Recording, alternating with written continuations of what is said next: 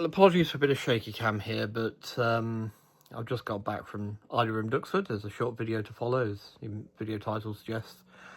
Though we start at Mattingly, American military cemetery there, to visit the grave of Tommy Morgan, who was a pilot with 100 Squadron during the Second World War. His mother was Canadian, his father was American. And he sort of, when I think his father died when he was younger. And yeah, so he joined the Canadian Air Force, Royal Canadian Air Force, and that's how he ended up flying RAF bombers. When America entered the war, apparently he did fly, he wore his American uniform, but he stayed with his crew to finish the tour. But unfortunately, after finishing the tour, he was asked to take a new crew on a familiarization flight with the local area and everything, and the Lancaster they were flying in exploded in the air, killing those on board. So Tommy is buried at the American Military Cemetery at Mattingly.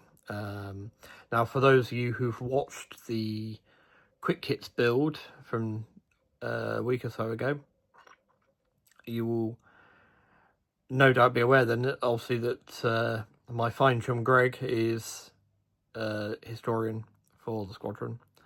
So the visit's mostly for his benefit, but as we've mentioned 100, I thought it was appropriate to include it here. After that, there's a Spitfire startup. Well, not startup, I just missed the startup by seconds. A Spitfire run-up, mag check, takeoff, flyover. A little bit of footage from inside airspace. I did see the BMF Lancaster being worked on, so I might put a couple of pictures up on that one into the video as well. We'll see what I edit in a minute. Now we'll put them in. There's, let's say, a little bit of footage from airspace, and then it's Yak 52 taxiing back in. So yeah, not an awful lot, but unexpected Spitfire, which is pretty cool.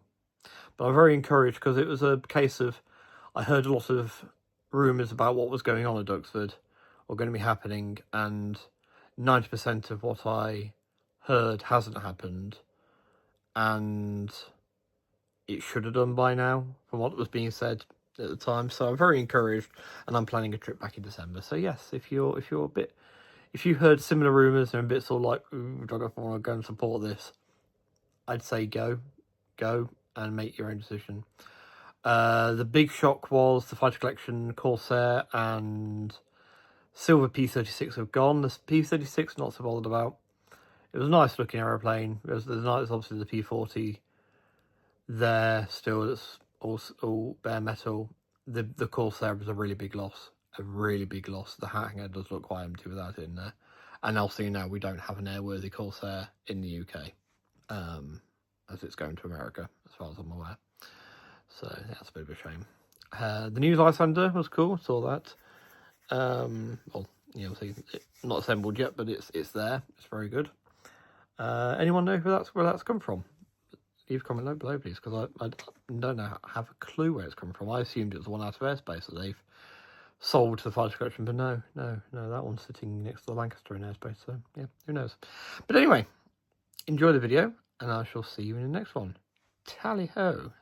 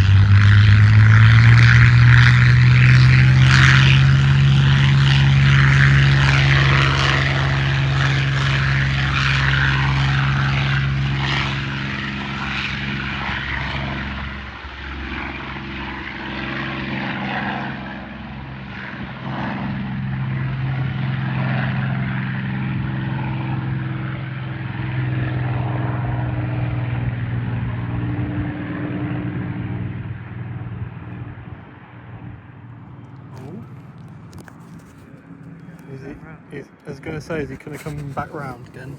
It's worth holding on a second, isn't it?